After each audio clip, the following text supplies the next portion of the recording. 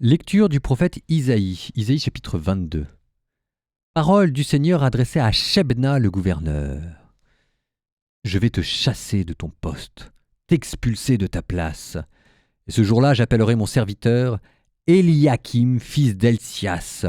Je le revêtirai de ta tunique, je le ceindrai de ton écharpe, je lui remettrai tes pouvoirs. Il sera un père pour les habitants de Jérusalem et pour la maison de Juda. Je mettrai sur son épaule la clé de la maison de David. S'il ouvre, personne ne fermera. S'il ferme, personne n'ouvrira. Je le planterai comme une cheville dans un endroit solide. Il sera un trône de gloire pour la maison de son père.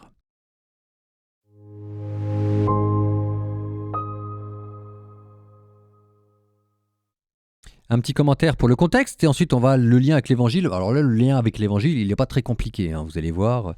Donc, mais quand même pour bien replacer d'abord la première lecture dans son contexte.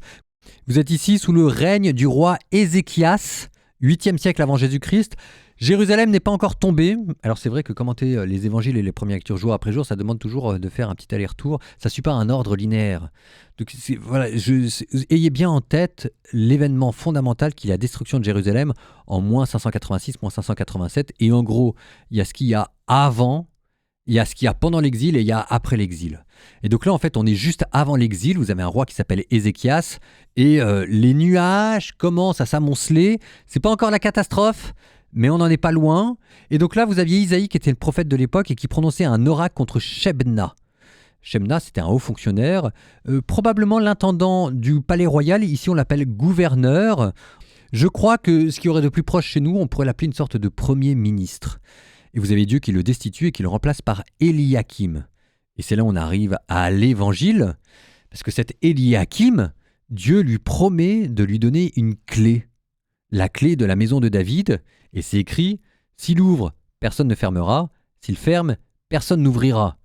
Et là, en fait, si jamais vous ne voyez pas le lien avec l'évangile, normalement, je n'ai même pas besoin de vous le donner, quoi. C'est Jésus qui dit à Pierre, tu es Pierre, et sur cette pierre, je bâtirai mon église, je te donnerai les clés du royaume des cieux. Donc avant, on avait la clé de la maison de David.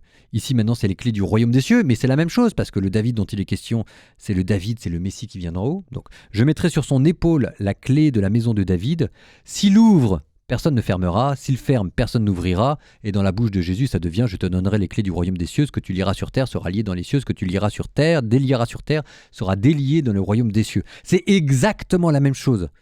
Donc, ça veut dire en fait que là, Jésus considère Pierre comme Eliakim au temps du roi Ézéchias.